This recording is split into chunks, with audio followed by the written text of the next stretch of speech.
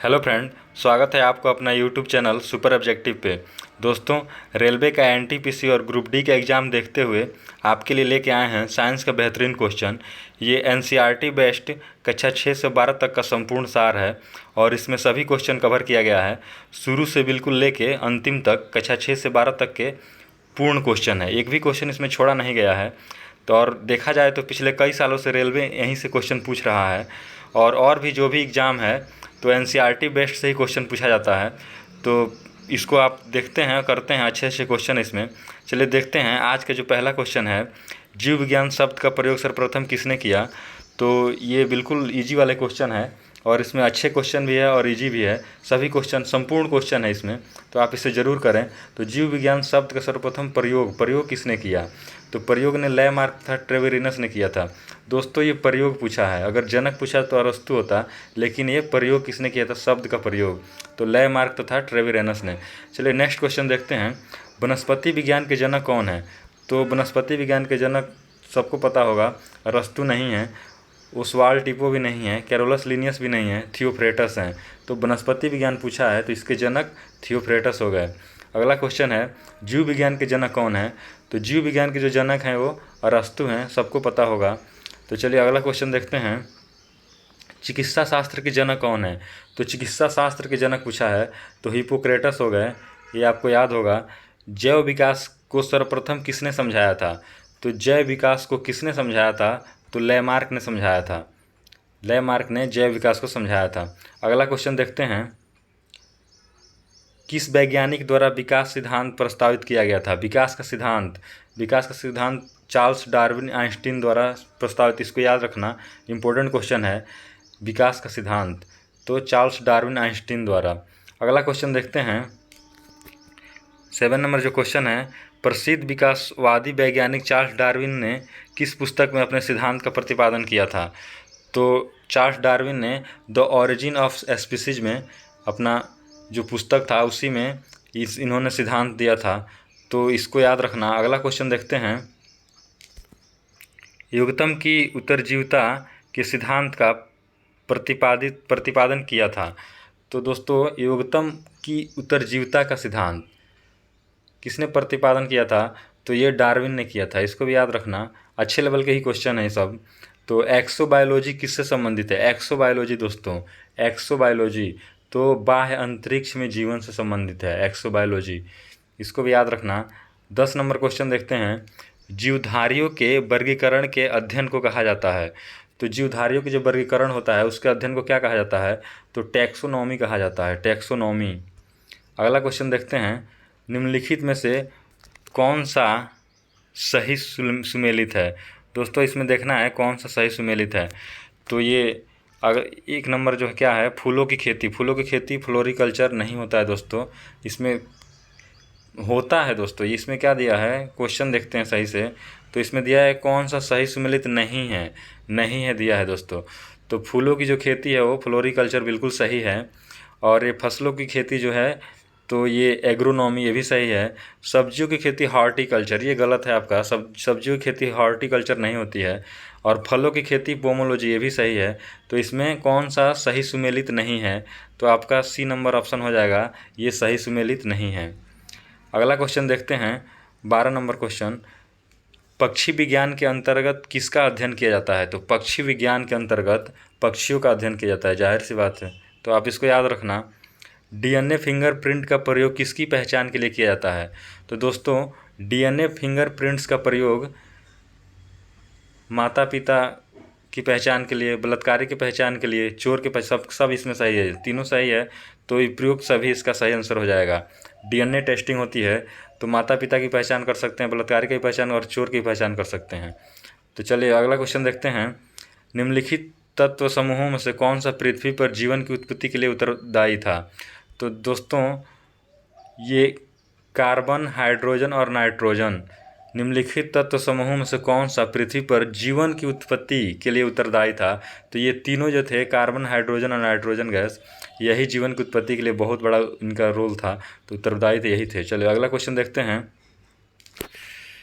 Next question जो अपना है 15 नंबर क्वेश्चन, डार्विन के विकास के सिद्धांत के अनुसार जिराफ की लंबी गर्दन, तो डार्विन का जो विकास का सिद्धांत था उसके अनुसार जिराफ की जो लंबी गर्दन थी वो क्या थी, पीढ़ी दर पीढ़ी ऊंचे पेड़ों पर पत्तों तक पहुंचने के सतत प्रयास के कारण बनी। यानी ये लोग जो ये जिराफ थे उनका पीढ़ी दर पीढ़ी ऊंचे पेड़ों पर ये लंबे गर्दन करके पत्ते खाते थे, तो पत्तों तक पहुंचने के सतत प्रयास के कारण इनकी गर्दन जो है वो लंबी हो गई। ये किसका कहना है, तो डार्विन का विकास का जो सिद्धांत था उसमें डार्विन ने कहा था। चलिए नेक्स्ट देखते हैं, डार्विन फिंचेज का प्रयोग किस समूह के लिए किया जाता है। तो डार्विन फिंचेज का प्रयोग पक्षियों के लिए किया जाता है, इसको याद रखना। ह्यूगो डी व्रीज ने किस सिद्धांत का प्रतिपादन किया, तो ह्यूगो डी व्रीज ने उत्परिवर्तन का सिद्धांत का प्रतिपादन किया। दोस्तों ऑप्शन नहीं बोल रहे हैं, जल्दी जल्दी करना है, बहुत सारे क्वेश्चन हैं तो आप इसको करते रहिए। अगला क्वेश्चन देखते हैं जो नेक्स्ट चैप्टर का है, निम्नलिखित में से कौन सा नाइट्रोजन स्थिरीकारक जीवाणु है। तो राइजोबियम, राइजोबियम में बहुत सारे नाइट्रोजन पाए जाते हैं, तो नाइट्रोजन स्थिरीकारक जीवाणु है ये राइजोबियम। चलिए अगला क्वेश्चन देखते हैं, फलीदार पादपों की जड़ों में उपस्थित गांठों में पाए जाने वाले नाइट्रोजन स्थिरीकरण जीवाणु है, तो ये सहजीवी है, इसको भी याद रखना। फलीदार पादपों की जड़ों में तो जो गांठ होता है उसमें सहजीवी नाइट्रोजन स्थिरीकरण जीवाणु सहजीवी हैं। अगला क्वेश्चन देखते हैं, जीवों के निम्नलिखित प्रकारों में से छत्रक किससे संबंध है। तो छत्रक जो है वो कवक से, जीवों के निम्नलिखित प्रकारों में से छत्रक जो एक होते हैं वो कवक होते हैं, तो इसको याद रखना। अगला है ईस्ट एक है, तो ईस्ट क्या होता है, ईस्ट भी एक कवक होता है। अगला क्वेश्चन देखते हैं, लाइकन जो एक नग्न चट्टान पर भी पारिस्थितिक अनुक्रम को प्रारंभ करने में सक्षम है, वास्तव में किनके सहजीवी सहचर्य हैं। तो ये शैवाल और कवक के सहचर्य हैं, सहजीवी, ये एक दूसरे पर निर्भर होते हैं शैवाल और कवक, तो इसको याद रखना, बहुत इंपॉर्टेंट क्वेश्चन है। अगला क्वेश्चन देखते हैं, लिटमस अम्ल क्षार सूचक प्राप्त होता है, तो लिटमस किससे प्राप्त होता है दोस्तों, तो ये लाइकन से प्राप्त होता है, इसको याद रखना। निम्नलिखित में से कौन प्रदूषण संकेतक पौधा है, तो लाइकेन, लाइकेन जो होता है वो प्रदूषण संकेतक पौधा होता है। जहाँ ज़्यादा पॉल्यूशन होता है दोस्तों वहाँ लाइकेन नहीं होता है, और जहाँ प्रदूषण की कमी होती है, प्रदूषण कम होता है, वहाँ लाइकेन होता है, तो इसको याद रखना। निम्नलिखित में से कौन सा स्वपोषित है, तो स्वपोषित कौन सा है, तो शैवाल जो होता है वो स्वपोषित होता है। अगला क्वेश्चन देखते हैं, निम्नलिखित में से किस फसल में एजोला एवं एनाबिनी जैव उर्वरकों का प्रयोग किया जाता है। तो चावल में दोस्तों, चावल में एजोला एवं एनाबिना जैव उर्वरकों का प्रयोग किया जाता है। अगला क्वेश्चन देखते हैं, चिलगोजा निम्न में से किस एक प्रजाति के बीज से प्राप्त होता है। चिलगोजा किससे प्राप्त होता है दोस्तों, ये क्वेश्चन आता है पेपर में बहुत ज़्यादा, तो चिलगोजा जो है पाइन से प्राप्त होता है। अगला क्वेश्चन देखते हैं, सबसे लंबा जीवित वृक्ष कौन सा है। तो सबसे लंबा जीवित वृक्ष, सबसे लंबा दोस्तों, तो यूकेलिप्टिस को नहीं करना, बहुत लोग को यूकेलिप्टिस कर देंगे, लेकिन देवदार भी नहीं है, ये सिकोया है, तो आपको याद होना चाहिए सिकोया जो सबसे लंबा वृक्ष जीवित वृक्ष है। अगला क्वेश्चन देखते हैं, जलीय फर्न जिसे जैव उर्वरक के रूप में प्रयुक्त किया जाता है वह है, तो एजोला है, इसको याद रखना। नेक्स्ट क्वेश्चन देखते हैं, दालें पादपों के किस कुल से प्राप्त होती है। तो दाल जो होती है वो पादपों के लेगुमिनेसी से प्राप्त होती है, लेगुमिनेसी। अगला क्वेश्चन, पौधे जो नमक युक्त मिट्टी में उगते हैं को क्या कहते हैं। तो हैलोफाइट कहते हैं। पौधे जो नमक युक्त मिट्टी में उगते हैं उसको हैलोफाइट कहते हैं। दोस्तों बहुत ही अच्छे लेवल क्वेश्चन है, एनसीईआरटी बेस्ड, एनसीईआरटी के क्वेश्चन ही बहुत अच्छे होते हैं, तो इसको देखते रहिए। ग्रुप डी में तो ऐसे ऐसे क्वेश्चन बहुत आते हैं। अगला देखते हैं, मरुद्भिद किस दशा में उत्पन्न होते हैं। तो जीरोफाइट्स जो होते हैं मरुद्भिद उस किस दशा में, उष्ण और शुष्क। आपको पता होगा रेगिस्तान में उष्ण और शुष्क होते हैं, तो वहाँ जीरोफाइट्स के जो होते हैं वो उत्पन्न होते हैं। अगला देखते हैं, मानक जंतु विज्ञान में नामकरण पद्धति में किस भाषा का उपयोग किया जाता है। तो मानक जंतु विज्ञान में नामकरण पद्धति में लैटिन भाषा का प्रयोग किया जाता है, इसको भी याद रखना। निम्नलिखित में से कौन सा एक कोषीय जीव उदाहरण है। तो प्रोटोजोआ जो होते हैं एक कोषीय होते हैं, प्रोटोजोआ, इसको भी याद रखना। अगला क्वेश्चन है, निम्न में से कौन सा कीट नहीं है। इसमें कौन सा कीट नहीं है दोस्तों, तो तितली या तिलचट्टा या मच्छर। तो मकड़ी जो है वो कीट नहीं है, मकड़ी कीट में नहीं आते हैं, तो इसको याद रखना। अधिकांश कीट किस प्रकार के श्वास लेते हैं। तो अधिकांश कीट जो होते हैं वो वातक तंत्र से श्वास लेते हैं, वातक तंत्र। चलिए नेक्स्ट क्वेश्चन देखते हैं। मकड़िया किस प्रजाति के अंतर्गत आती है? तो मकड़िया जो है वो आर्थ्रोपोडा के अंतर्गत आती है दोस्तों, आर्थ्रोपोडा, इसको भी याद रखना। अगला क्वेश्चन है, मकड़ियों में कितनी जोड़ी आँखें होती है? तो मकड़ी जो है उसमें 4 जोड़ी आँखें होती है, मकड़ियों की 4 जोड़ी आँखें होती है, याद रखना इसको, इम्पोर्टेंट क्वेश्चन है। मकड़ियों की 4 जोड़ी आँखें होती हैं। केकड़े किस प्रजाति के अंतर्गत आते हैं? तो केकड़े जो है आर्थ्रोपोडा के अंतर्गत आते हैं, केकड़े। अगला क्वेश्चन है, ऑक्टोपस है एक, ऑक्टोपस क्या है? तो मृदु कवची है, मृदु कवची है ऑक्टोपस। नेक्स्ट क्वेश्चन, निम्न में से कौन सा एक मीन फिश है? तो इसमें कौन सा फिश है? क्रे फिश या कटल फिश या फ्लाइंट फिश? तो सिल्वर फिश जो है ये, यही एक फिश है, बाकी ये जो फिश लगा है फिश नहीं है दोस्तों। अगला देखते हैं, मछली किस अंग द्वारा श्वसन करती है? तो मछली अपने गलफड़ों के द्वारा श्वसन करती है। बहुत इजी क्वेश्चन, हलवा क्वेश्चन। अगला क्वेश्चन देखते हैं, निम्न में से किसकी उपस्थिति के कारण गिरगिट रंग बदलता है? तो गिरगिट जो है किसकी उपस्थिति के कारण बदलता है? तो वर्णक के कारण, वर्णक जो होता है गिरगिट, उसका रंग बदलता है। अगला क्वेश्चन देखते हैं, निम्नलिखित उड़ने वाले जीवों में से कौन सा पक्षी वर्ग में नहीं आता? तो दोस्तों ये उड़ने वाले जीव में जो हैं, चमगादड़ जो है वो पक्षी वर्ग में नहीं आते हैं, चमगादड़ को पक्षी वर्ग में आप नहीं ले सकते हैं। तो चलिए अगला देखते हैं, निम्नलिखित में से कौन सा एक भारत का राष्ट्रीय जलीय प्राणी है? तो भारत का जो राष्ट्रीय जलीय प्राणी गंगे डॉल्फिन, ये बहुत इंपॉर्टेंट है। भारत का जलीय प्राणी, राष्ट्रीय जलीय प्राणी गंगा का डॉल्फिन होता है। अगला क्वेश्चन देखते हैं, निम्नलिखित में से किस युग में खुला परिसंचरण तंत्र पाया जाता है? तो दोस्तों ये जो है खुला परिसंचरण तंत्र किस में पाया जाता है? तो ये काकरोच तथा सिल्वर फिश में खुला परिसंचरण तंत्र पाया जाता है। अगला देखते हैं, निम्नलिखित में से किस जंतु में तंत्रिका तंत्र नहीं पाया जाता है? तो तंत्रिका तंत्र होता ही नहीं है, तो अमीबा में तंत्रिका तंत्र नहीं होता है, इसको याद रखना। 5 जगत वर्गीकरण किसने प्रतिपादित किया था? तो 5 जगत वर्गीकरण व्हिटेकर ने प्रतिपादित किया था, व्हिटेकर, इसको याद रखना। सूची 1 को सूची 2 से मिलाना है, तो जंतु और वर्ग जगत के सम्मिलित करना है। तो इसको देखते हैं, इसमें क्या है, ऑक्टोपस है, तो ऑक्टोपस का जो मोलास्का हो गया, इसको मिलान अगर करते हैं तो ऑक्टोपस का मोलास्का से मिलान होगा। ये जंतु है और इनका वर्ग है। तो जेली मछली किससे है? तो सिलेंट्रेटा हो गया, और सिल्वर मछली आर्थ्रोपोडा हो गया, और बॉम्बे बतख क्या हो गया? तो मत्स्य हो गया। चलिए अगला क्वेश्चन देखते हैं, निम्न में से कौन सा कथन सही है? तो इसमें देखते हैं कि कौन सा कथन इसमें सही है दोस्तों। तो इसमें विषाणु में ऊर्जा उत्पादन हेतु एंजाइम नहीं होते हैं, विषाणु को किसी भी कृत्रिम माध्यम में संबंधित किया जा सकता है, विषाणु एक जीव से दूसरे जीव में केवल जैविक वाहकों के द्वारा स्थानांतरित हो सकते हैं। तो इसमें दोस्तों केवल एक जो है वो सही है, विषाणु में ऊर्जा उत्पादन हेतु एंजाइम नहीं होते हैं। तो ये पहला जो है वो सही है, बाकी सब गलत हैं। अगला क्वेश्चन देखते हैं, प्रोकैरियोटिक है दोस्तों। तो प्रोकैरियोटिक क्या है?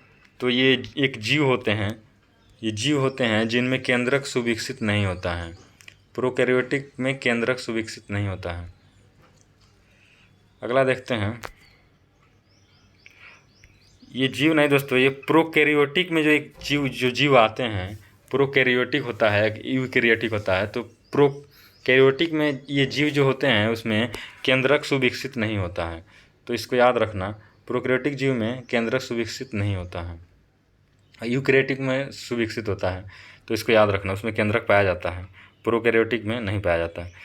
तो अगला देखते हैं, जीवधारियों का वह समूह जो प्रकृति में परस्पर संकरण द्वारा संतान उत्पन्न करता है कहलाता है, तो जाति कहलाता है। वे सूक्ष्म जीव जो सड़े गले पदार्थों को तरल पदार्थों में बदल देते हैं क्या कहलाते हैं? दोस्तों ये अपघटक ही होंगे, क्योंकि जो ये जीव होते हैं जो सड़े गले पदार्थों को एक तरल पदार्थ बना देते हैं अपघटक द्वारा, तो इसको याद रखना। निम्न में से सबसे उपयुक्त पदानुक्रम कौन सा है? सबसे उपयुक्त पदानुक्रम ये सजाया गया है इसको तो सबसे पहले गण आता है, फिर कुल आता है, फिर वंश आता है, फिर जाति आता है। ये बिल्कुल इसको सही से याद रखना, पहले गण होगा, फिर कुल होगा, फिर वंश होगा, फिर जाति होगा। तो इसका सही क्रम है। अगला क्वेश्चन देखते हैं, किस वैज्ञानिक ने विषाणु की खोज की थी? तो सबको पता होगा इवानोव्स्की ने की थी विषाणु की खोज, तो इसको याद रखना। और ल्यूमेनहॉक जो है वो जीवाणु की खोज किए थे, और विषाणु की खोज इवानोव्स्की ने किए थे, तो इसको याद रखना दोस्तों। निम्न में से किसके निर्माण में जीवाणुओं की भूमिका नहीं होती है? तो पनीर के निर्माण में जीवाणु की कोई भूमिका नहीं होती है दोस्तों। और दही में तो जीवाणु होते हैं, लैक्टिक अम्ल के, सिरका के, इस सब में क्या होते हैं? जीवाणु होते हैं। लेकिन दही में भी जीवाणु होते हैं। पनीर बनाने में कोई जीवाणु की भूमिका नहीं होती है, तो इसको याद रखना। साइट्रिक अम्ल के उत्पादन का औद्योगिक स्रोत होता है, तो साइट्रिक अम्ल जो है उसके उत्पादन में एस्परजिलस जो होते हैं वो साइट्रिक औद्योगिक स्रोत क्या है इसका? तो एस्परजिलस है। साइट्रिक अम्ल के उत्पादन का औद्योगिक स्रोत एस्परजिलस है, इसको याद रखना। अगला क्वेश्चन देखते हैं, कौन सा कवक खाने के लिए उपयुक्त होता है? तो दोस्तों मोरकेला एस्कुलेंटा ये कवक है। देखिए कैसे कैसे कवक के नाम हैं, एमानिटा मस्कारिया, एस्किलरोडर्मा निटिडम, सिम्बलम फ्रेगमोइडिस। लेकिन मोरकेला एस्कुलेंटा जो है इसको खाने योग्य कवक होते हैं, तो इसको याद रखना। पृथ्वी पर सबसे प्राचीन जीव कौन सा है? तो दोस्तों पृथ्वी पर सबसे प्राचीन जीव जो है वो नीलहरित शैवाल है, सबसे प्राचीन जीव। अगला क्वेश्चन देखते हैं, डायनासोर को निम्नलिखित में से किस वर्ग के अंतर्गत रखा जाता है? तो ये इंपॉर्टेंट क्वेश्चन है, आता रहता है कोई पेपर में। तो डायनासोर को मेसोजोइक सरीसृप वर्ग में रखा गया है, मेसोजोइक। अगला क्वेश्चन देखते हैं, आधुनिक मानव के निकटतम पूर्वज कौन है? तो आधुनिक जो मानव है उसके निकटतम पूर्वज जो है वो क्रो-मैग्नान मानव हैं, क्रो-मैग्नान मानव। निम्नलिखित में से कौन सी शैवाल प्रजाति भोजन के रूप में प्रयोग की जाती है? तो दोस्तों शैवाल जो भोजन के रूप में अल्वा भी होता है, अम्बलिकस भी होता है, नॉस्टॉक भी होता है, ये सब भोजन के रूप में प्रयोग किया जाता है। और ये अल्वा जो होता है इसको सलाद बना के खाया जाता है, तो ये सभी हो जाएगा। ये शैवाल हैं, सभी भोजन के रूप में प्रयोग किया जाता है। जीवन की मूल भीत इकाई क्या है? दोस्तों जीवन की जो मूल भीत इकाई होती है वो कोशिका होती है, तो इसको याद रखना है, जीवन की मूलभूत इकाई कोशिका है। निम्नलिखित में से कौन सा कोशिकांग पादप कोशिका में पाया जाता है? तो क्लोरोप्लास्ट जो है वो पादप कोशिका में, क्लोरोप्लास्ट पता ही होगा आपको, क्लोरोप्लास्ट पादप कोशिका होती है। अगला क्वेश्चन देखते हैं, कोशिका का जीवित अंश जीवद्रव प्रोटोप्लाज्म कहलाता है, यह किससे निर्मित होता है? तो दोस्तों ये कोशिका द्रव्य, केंद्रक द्रव्य तथा अन्य कोशिकांग के द्वारा ये निर्मित होता है, तो इसको याद रखना आप। अगला क्वेश्चन देखते हैं, निम्नलिखित में से किन कोशिकाओं में नाभिक नहीं होता है? तो दोस्तों लाल रक्त जो आरबीसी होता है उसमें नाभिक नहीं होता है, लाल रक्त कोशिका में नाभिक नहीं होता है।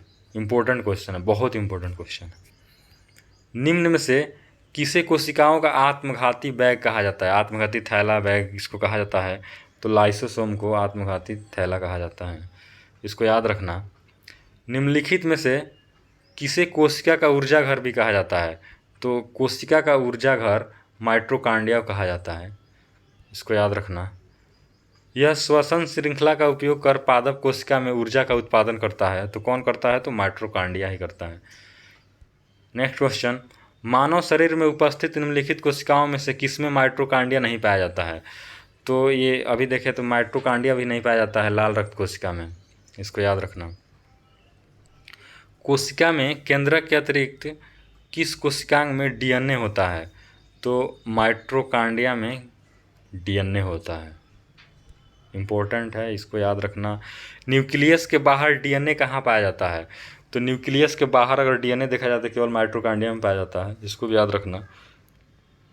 निम्नलिखित में से क्या डीएनए में उपस्थित रहता है किंतु आरएनए में अनुपस्थित रहता है? दोस्तों थाइमिन जो होता है वो डीएनए में तो उपस्थित रहता है लेकिन आरएनए में अनुपस्थित रहता है, तो थाइमिन होता है। ऑप्शन में देखिए एडेनिन है, ग्वानिन है, साइटोसिन है, तो इसका आंसर सही आंसर हो जाएगा थायमीन। अगला क्वेश्चन देखते हैं, आरएनए का प्राथमिक कार्य क्या होता है? तो आरएनए जो होता है उसका प्राथमिक कार्य सिर्फ और सिर्फ प्रोटीन संश्लेषण होता है। आरएनए ही प्रोटीन को संश्लेषण करता है, तो प्रोटीन संश्लेषण होता है। अनुवांशिक यूनिट अर्थात जीन होते हैं, तो जीन किस में होते हैं? गुणसूत्रों में। अनुवांशिक यूनिट जीन होते हैं गुणसूत्रों में। अगला क्वेश्चन देखते हैं, डीएनए की द्विसूत्री संरचना का पता लगाया था। दोस्तों डीएनए का जो द्विसूत्री संरचना था उसको वाटसन और क्रिक ने पता लगाया था। अगला क्वेश्चन देखते हैं, सर्वप्रथम डीएनए को किसने अलग किया? तो सर्वप्रथम डीएनए को अलग करने वाला जो थे वैज्ञानिक फ्रेडरिक मिशर थे, फ्रेडरिक मिशर। डीएनए के 2 स्ट्रैंड किस प्रकार बंधे होते हैं? तो डीएनए के जो 2 स्ट्रैंड होते हैं वो हाइड्रोजन बॉन्ड्स द्वारा बंधे होते हैं। सभी इंपॉर्टेंट क्वेश्चन है दोस्तों। ग्रुप डी के लिए तो रामबाण है, इसको आप ज़रूर याद करें और देखें। एनटीपीसी में भी क्वेश्चन आते हैं, लेकिन ग्रुप डी में तो पूरा का पूरा ऐसे ही क्वेश्चन आते हैं। विषाणु में निम्नलिखित में से कौन सी एक विशेषता नहीं है?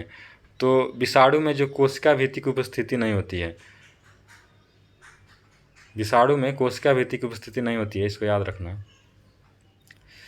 विषाणुओं में होता है, तो विषाणुओं में या तो आरएनए या तो डीएनए कोई एक हो सकता है। अगला क्वेश्चन देखते हैं, यूकैरियोटिक कोशिका में प्लाज्मा झिल्ली किससे निर्मित होता है? तो दोस्तों यूकैरियोटिक कोशिका में प्लाज्मा झिल्ली जो है फास्फोलिपोप्रोटीन से निर्मित होता है। प्लाज्मा झिल्ली यूकैरियोटिक में प्लाज्मा झिल्ली जो होता है फास्फोलिपोप्रोटीन से निर्मित होता है। अगला क्वेश्चन देखते हैं, निम्नलिखित में से किस अवस्था में जाने पर कोशिका आगे विभाजन नहीं करती? तो G0 में नहीं जाने पर कोशिका आगे विभाजन नहीं करती है, वो बिल्कुल अंतिम चरण होता है, तो उसके बाद कोशिका विभाजन नहीं होती है G0। इसको याद रखना, ये भी इम्पोर्टेंट क्वेश्चन है। किस वैज्ञानिक ने जीव द्रव्य को जीवन का भौतिक आधार कहा है? तो हक्सले जो हैं, हक्सले वैज्ञानिक ने जीव द्रव्य को जीवन का भौतिक आधार कहे थे। लाइसोसोम है, तो लाइसोसोम क्या है? पाचन केंद्र है दोस्तों, इसको याद रखना, ये पाचन केंद्र है जो आरबीसी का पाचन करता है, तो लाइसोसोम जो है पाचन केंद्र है। पादप कोशिका में पाए जाने वाले कोशिकांग जो जंतु कोशिका में नहीं होते कहलाते हैं, तो हरित लवक कहलाते हैं दोस्तों। पादप कोशिका में पाए जाने वाले कोशिकांग जो जंतु कोशिका में नहीं होते हैं, हरित लवक जंतु में तो होते हैं ना, तो इसलिए इसको हरित लवक कहते हैं, पादप कोशिका में पाए जाते हैं। जब गुणसूत्रों में बिना विभाजन के कोशिका में विभाजन होता है तो उसे कहते हैं? दोस्तों जब गुणसूत्रों में बिना विभाजन के कोशिका में विभाजन होता है तो उसे क्या कहते हैं? तो उसे असूत्री विभाजन कहते हैं, अमाइटोसिस। कोशिका झिल्ली किससे बनी होती है? Important question. कोशिका की जो झिल्ली होती है वो प्रोटीन और लिपिड की बनी होती है। मनुष्यों में कितनी जोड़ी गुणसूत्र पाए जाते हैं? तो मनुष्यों में 23 जोड़ी गुणसूत्र पाए जाते हैं, इसको याद रखना, पता ही होगा आपको। 46 ना कर देना, 46 केवल टोटल गुणसूत्र होते हैं, जोड़ी पूछा है, तो जोड़ी जो होते हैं वो 23 जोड़ी होते हैं। निम्नलिखित में से किस वैज्ञानिक को कोशिका विज्ञान का जनक कहा जाता है? तो दोस्तों ये कोशिका विज्ञान का जनक किसे कहा जाता है? तो रॉबर्ट हुक को कोशिका विज्ञान का जनक कहा जाता है। निम्नलिखित में से कौन से जीव कोशिका सिद्धांत का पालन नहीं करते? तो विषाणु जो होते हैं वो कोशिका सिद्धांत का पालन नहीं करते हैं दोस्तों, इसको याद रखना, इम्पोर्टेंट है। निम्नलिखित में से किस जीव को सजीव और निर्जीव के मध्य की कड़ी माना जाता है? ये विषाणु जो है, इसको ये बहुत ही अच्छे को ये क्वेश्चन हमेशा पेपर में आया करते हैं। निम्नलिखित में से किस जीव को सजीव और निर्जीव के मध्य की कड़ी माना जाता है? तो विषाणु को। दोस्तों विषाणु जब तक एक्टिव नहीं होते हैं तब तक वो निर्जीव होते हैं, लेकिन जहाँ किसी के शरीर पर आ गए, कुछ भी पा गए ऐसी चीज़ जिसमें अपना वो जीवन मतलब अपना बढ़ाते हैं, विषाणु की संख्या बढ़ने लगती है, तो वहाँ वो सजीव हो जाते हैं। तो ये निम्नलिखित में से किस जीव को सजीव निर्जीव के मध्य कड़ी कहा जाता है? तो विषाणु को। इसको याद रखना, जीवाणु नहीं, विषाणु। निम्नलिखित वर्गों को सुमेलित करके सही उत्तर का चयन करें। दोस्तों इसको सुमेलित करना है, तो ये सबसे बड़ी पादप कोशिका कौन सी होती है? तो ये सबसे बड़ी जो पादप कोशिका दोस्तों होती है, ये पहला सबसे बड़ी पादप कोशिका तो कार्लेप्रोटैक्सीफोलिया होती है, यही सही है। और सब पुरुषों में सबसे छोटी कोशिका, तो दोस्तों पुरुषों में सबसे छोटी कोशिका होती है वो शुक्राणु होती है, इसको याद रखना। और मानव में सबसे बड़ी कोशिका, तो मानव में जो सबसे बड़ी कोशिका होती है तंत्रिका कोशिका होती है। और सबसे बड़ी अगर कोशिका पूछे तो शुतुरमुर्ग का अंडा जो होता है वो सबसे बड़ी कोशिका होती है। तो इसको याद रखना, इंपॉर्टेंट क्वेश्चन है ये। पुरुषों में सबसे छोटी कोशिका शुक्राणु कोशिका होती है। मानव में सबसे बड़ी कोशिका तंत्रिका कोशिका, सबसे बड़ी कोशिका शुतुरमुर्ग कोशिका, सबसे बड़ी पादप कोशिका तो कार्लेपोटैक्सीफोलिया पादप कोशिका सबसे बड़ी कोशिका, इसको याद रखना। अगला क्वेश्चन देखते हैं, ये भी मिलान करना है दोस्तों, तो ये भी मिलान वाला क्वेश्चन आ गया। तो देखते हैं, निम्नलिखित जीवों की कोशिका भित्ति एवं उसके निर्माणकर्ता पदार्थ के आधार पर बड़ों को सम्मिलित करके कोशिका भित्ति और निर्माणकर्ता पदार्थ है। तो दोस्तों इसका सही आंसर हो जाएगा, तो इसको मिलाते हैं। पादप कोशिका जो है वो क्या है, तो 4 का ये ए का 4 हो गया। पादप कोशिका आपका हो गया सेलुलोज, पादप कोशिका भित्ति का है तो ये सेलुलेज है। पादप कोशिका भित्ति सेलुलोज। और जीवाणु कोशिका भित्ति क्या होती है, तो जीवाणु कोशिका भित्ति इसमें देखते हैं आंसर में, तो बी का 2 है। तो जीवाणु कोशिका भित्ति आपका हो गया पेप्टोग्लाइकन। शैवाल कोशिका भित्ति, तो शैवाल कोशिका भित्ति आपका इसका आंसर हो जाएगा सी का 1 हो जाएगा, सी का 3 होगा दोस्तों। तो ये शैवाल कोशिका भित्ति ग्लाइकोप्रोटीन है। अजीब अजीब नाम है दोस्तों, याद नहीं होता, इसको याद कर लेना। और डी का 1 है, तो कवक कोशिका भित्ति जो है वो ग्लूकोसिमिन है, इसको याद रखना। ये पादप कोशिका भित्ति सेलुलोज हो गया, और ये इसका आंसर ए हो गया, और इसका आंसर ए हो गया। तो पादप कोशिका भित्ति सेलुलोज हो गया, जीवाणु कोशिका भित्ति पेप्टोग्लाइकन हो गया, शैवाल कोशिका भित्ति ग्लाइकोप्रोटीन हो गया, कवक कोशिका भित्ति जो हो गया ग्लूकोसेमिन हो गया। चलिए नेक्स्ट क्वेश्चन देखते हैं। बस हो गया दोस्तों, ये एक लमसम 100 क्वेश्चन है, आप इसको ज़रूर कर लेना। अच्छे क्वेश्चन इसमें रखे गए हैं, और ये पेपर में से ही क्वेश्चन आते हैं, क्योंकि बिल्कुल एनसीईआरटी क्वेश्चन है, एनसीईआरटी बेस्ड।